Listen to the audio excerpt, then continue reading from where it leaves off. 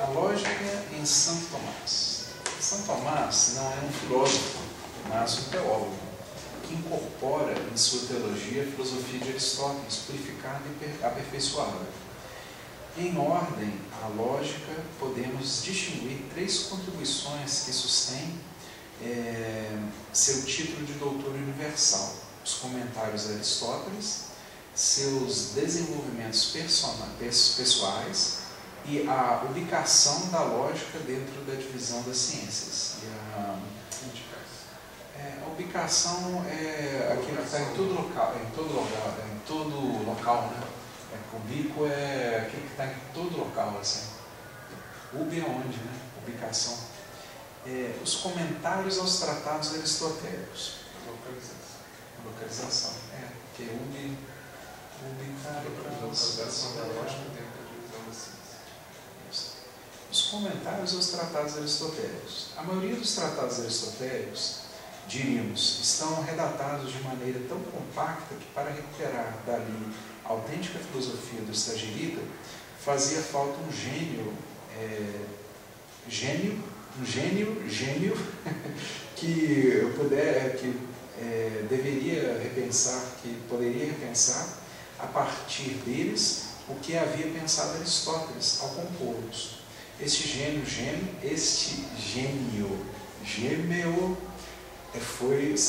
se deu em São Tomás de Aquino. São Tomás adota a Aristóteles como filósofo desde seus primeiros estudos em Nápoles e logo em Colônia com Santo Alberto Magno. Em seus apenas 20 anos de atividades docentes, desde 1252 a 1273, o propõe como a maior autoridade em filosofia, mas empreende a tarefa de explicar seus tratados recentemente até o ano de 1266, com um comentário de ânimo, desenvolvendo uma atividade que passa da maravilha ao milagre, em meio de 1000 outras tarefas, leva a término o comentário literal dos principais tratados de Aristóteles, deixando alguns menores sem terminar.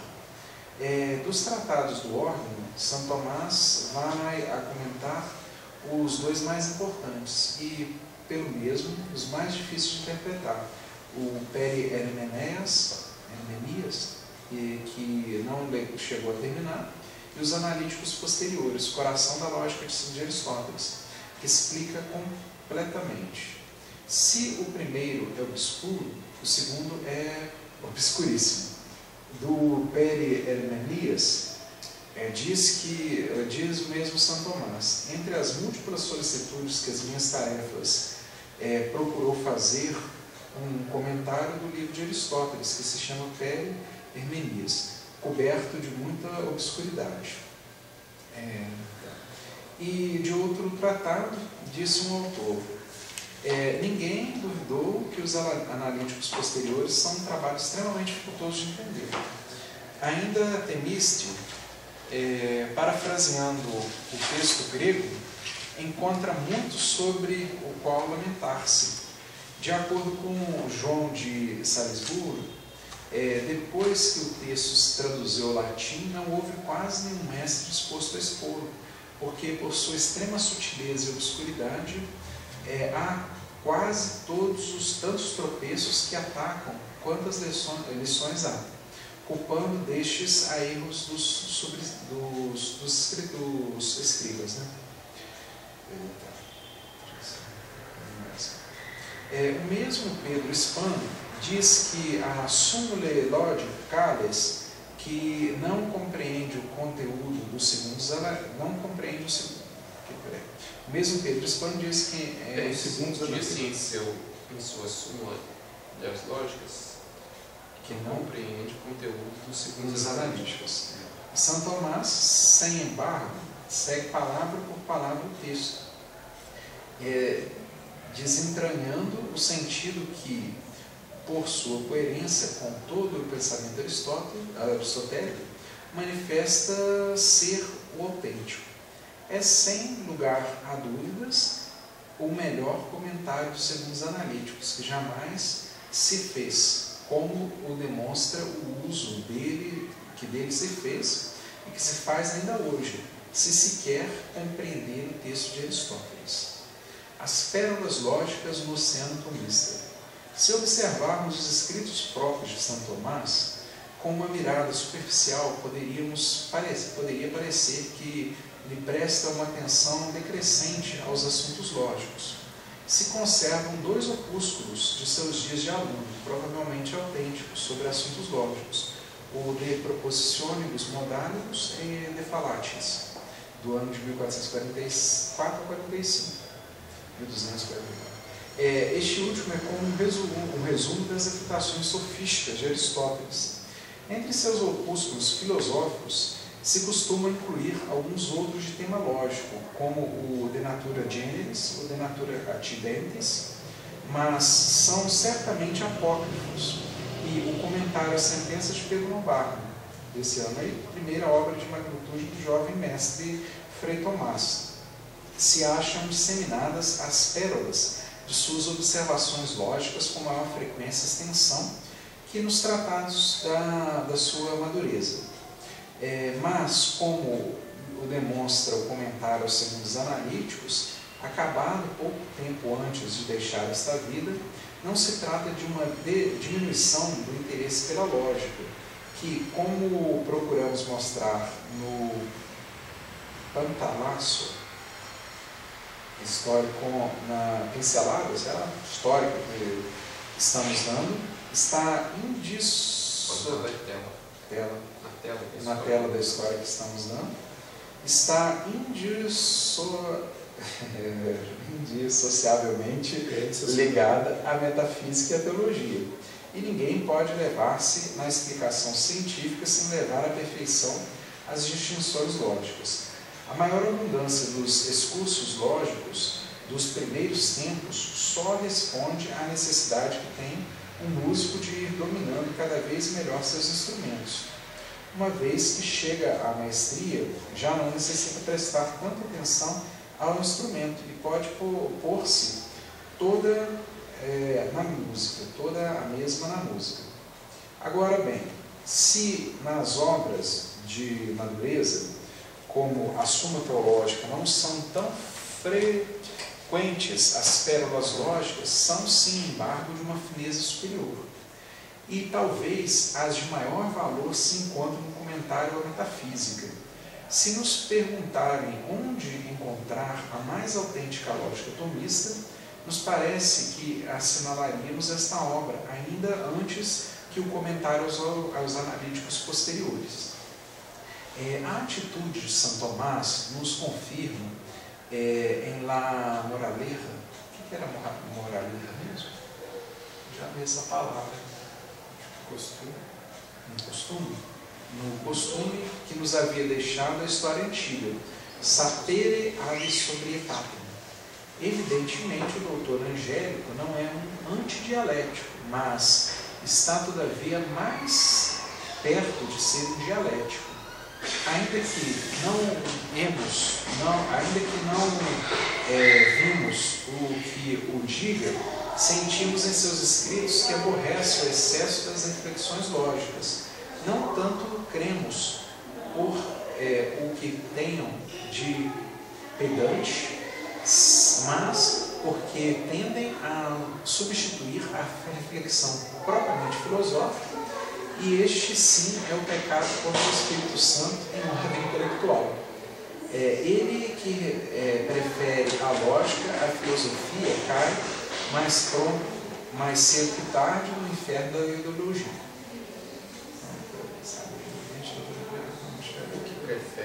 O que prefere a lógica, aquele que a prefere filosofia, cai no inferno da ideologia. A lógica na divisão das ciências, a moral mesmo, né? Esse é o costume mesmo. Para São Tomás, a lógica é certamente uma disciplina especial, com unidade em si mesma e formalmente distinta das demais. A divisão mais importante e onde mais claramente aparece assinalado o lugar da lógica frente às demais disciplinas é a que São Tomás estabelece no começo do seu comentário à ética. Como disse o filósofo, no princípio da metafísica, O próprio do sábio é ordenar. A razão é porque a sabedoria é a mais alta perfeição da razão. E a que corresponde com propriedade conhecer a ordem. Mas a ordem é comparada à razão de um modo quádruplo. Há uma certa ordem que a razão não faz, mas somente considera como a ordem das coisas da natureza. Outro é a ordem da que a razão, considerando, faz de seu próprio ato. Por exemplo, quando ordena seus conceitos entre si e os sinais de outros conceitos, que são as palavras. O terceiro lugar se encontra na ordem da razão, ao considerar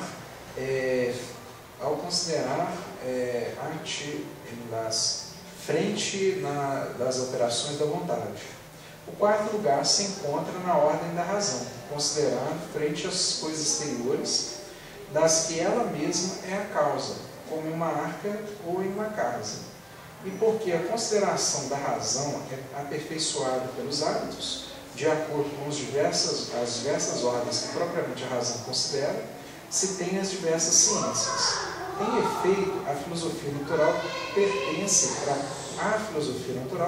tratar da ordem das coisas, que a razão humana considera, mas não faz, de modo que debaixo dela incluímos também a metafísica.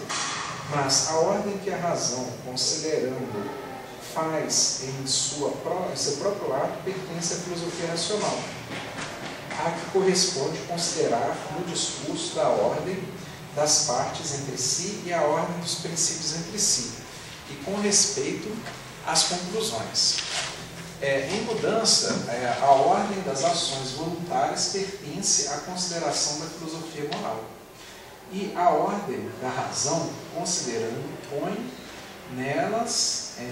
põe nas coisas exteriores, feitas segundo a razão humana, pertence às artes mecânicas. Ainda pelo que Santo Tomás diz em outros lugares, não se vê bem se a lógica deve considerar-se uma ciência ou uma arte, uma ciência e uma arte à sua vez, como parece dar a entender e é mais difícil de explicar. Lhe põe claramente um lugar à parte na divisão das ciências, mas à primeira vista não fica claro qual é este lugar. Então, agora a gente vai entrar no próximo capítulo, né, que é o triunfo do nominalismo. Quantas horas você já está lá?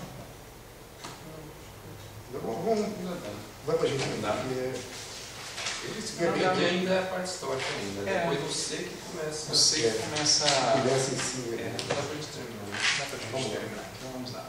O triunfo do nominalismo. Lamentavelmente, a história da lógica não tem o final feliz que se havia podido procurar no tomismo. A condenação do averroísmo, dada pelo chanceler de Paris em 1877, que incluiu indevidamente algumas teses de São Tomás, teve o desastroso efeito de frear o impulso que o tomismo começava a tomar. A grandiosidade e a solidez do sistema tomista parece que deveriam haver sido as melhores garantias para seu rápido triunfo no século XIII. Sem embargo, não foi assim. O triunfo de São Tomás não teve nada de rápido nem de brilhante. Foi lento, difícil, à custa de vencer obstinadas resistências, inclusive dentro de sua própria ordem. Para ser exatos, mais bem deveríamos melhor deveríamos falar de sua derrota circunstancial.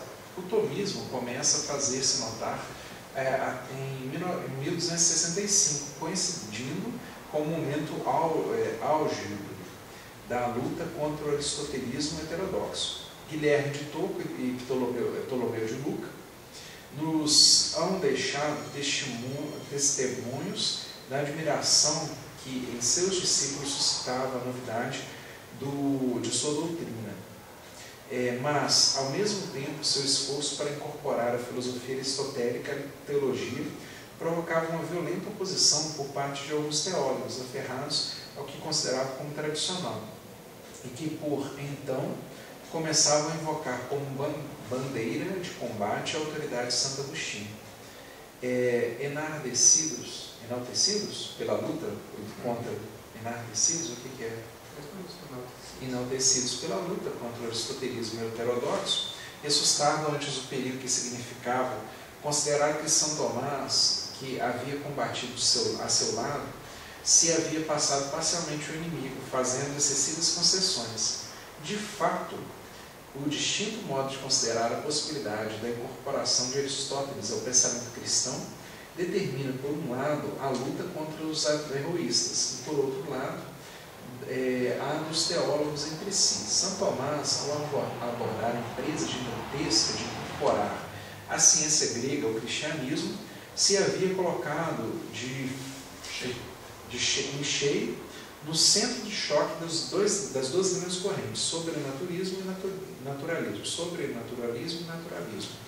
Sua solução harmônica e integradora não foi aceita por quem havia adotado outra atitude tradicional, que na realidade não se remontava a muitos anos atrás. As vicissitudes destas controvérsias levam ao último texto do século XIII, e seu triste resultado foi chegar a envolver o nome de São Tomás na magna condenação de 1277, provocando uma confusão que teve lamentáveis consequências para o desenvolvimento da filosofia e da teologia durante vários séculos. Não carece de mistério o fato que a cristandade, quanto no século XIII, se vê alcançado o zênite de seu esplendor em todas as ordens, intelectual, social e místico. Ao começar o século XIV, parece quebrar-se em pedaços pelo esforço. É semelhante ao que ocorre ao fervoroso monge, que de pronto cai na mais profunda assédia. Os reis se rebelam ante a autoridade romana e enfrentam os papas. Aparece uma nova classe social, a burguesia, que que engloba o comércio e as riquezas, começa a ter poderosa influência. A Europa é assolada pela fome, a peste negra, desestabilizando todo o organismo social e as mesmas instituições religiosas. E na ordem intelectual, volta a golpear com força a perene tentação do homem, o ceticismo. A chegada de Aristóteles ao ocidente cristão se havia visto como uma prometedora aurora de claridade, mas os conflitos das escolas e a condenação do averroísmo, que melhor pareceu uma condenação de todo o aristotelismo, disseminaram novamente a desconfiança. Como passou primeiro com os sofistas, que reagiram com cepticismo frente aos antigos físicos, e logo com a decadência do helenismo, agora se produz uma reação séptica contra a escolástica, cujo veneráveis inceptor foi o franciscano Guilherme de Ockham, com sua lógica nominalista. O método dos grandes escolásticos passará a considerar-se a via antiga, e se abriram as esperanças de uma via moderna, que supere estes conflitos, via que nunca chegará a definir-se claramente. A abundância de grandes personalidades do século XIII sucede no século XIV a das escolas. Cada ordem religiosa se preocupa por constituir uma própria, em que a originalidade cai substituída pela fidelidade ao pensamento do chefe respectivo, mas, sobretudo, prevalece desde as primeiras décadas a chamada Via Modernorum, que invade quase todas as universidades, e a que se aderem não poucos membros de ordens religiosas, que abandonaram suas próprias escolas. A palavra nominalismo, com que se designou o movimento ideológico que se define no século XIV, é absolutamente inadequada para caracterizar um fenômeno tão amplo e tão complexo, cujo desenvolvimento abarca quase 2 séculos.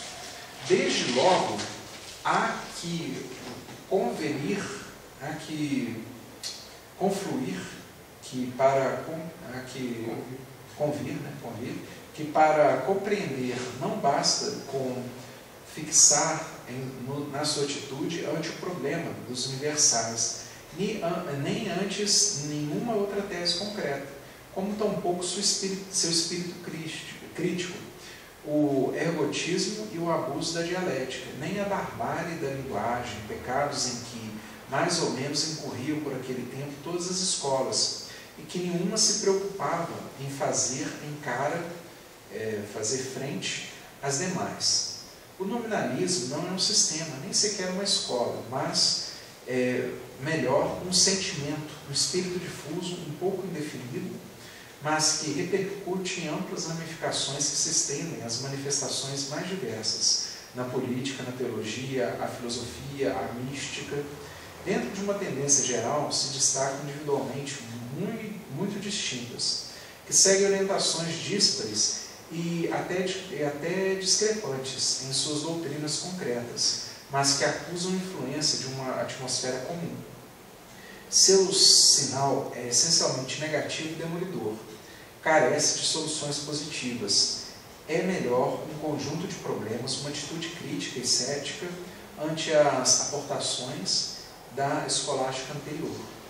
No aspecto teológico-filosófico, significa o desenlace negativo do grande problema das relações entre filosofia e revelação, que vimos apresentado nos séculos anteriores e que, aos finais do século XIII, culmina com as condenações antiverroístas e antitomistas de Paris e Oxford. O nominalismo é uma consequência do desconcerto produzido por aquelas condenações e das lutas doutrinais entre as diversas escolas. Se a princípios do século XIV prevalece a reação apologética, com a intenção de preservar a fé dos perigos que poderiam provir de sua aliança com a filosofia, o resultado foi a destruição da teologia pelo fideísmo e da filosofia pelo logicismo, o critismo e o empirismo. O critismo e o empirismo. Criticismo. A crítica, o critismo. O que é criticismo? Criticismo, antes de falar critismo. Criticismo. O triunfo do nominalismo foi pleno e rapidíssimo. Durante os... Criticismo é um ser crítico, né? Uma coisa assim. O empirismo é uma coisa assim, o cara faz na prática, da experiência. Exatamente. Isso hoje em dia ninguém faz, né? Ninguém faz nada ad experimento, principalmente na igreja. O triunfo do nominalismo foi pleno e rapidíssimo. Durante século e meio, dominou em quase todas as universidades da Europa, infiltrando-se mais ou menos em todas as escolas. Seu valor intrínseco como sistema é quase nulo e não pode comparar-se nem de longe às grandes construções ideológicas do século anterior. Mas suas consequências não puderam ser mais desastrosas. Sua atitude crítica e semisséptica entorpece o desenvolvimento do pensamento filosófico e teológico, falseando por completo o verdadeiro caráter da escolástica e contribuindo poderosamente a abrir os amplos cauces, os amplos diques,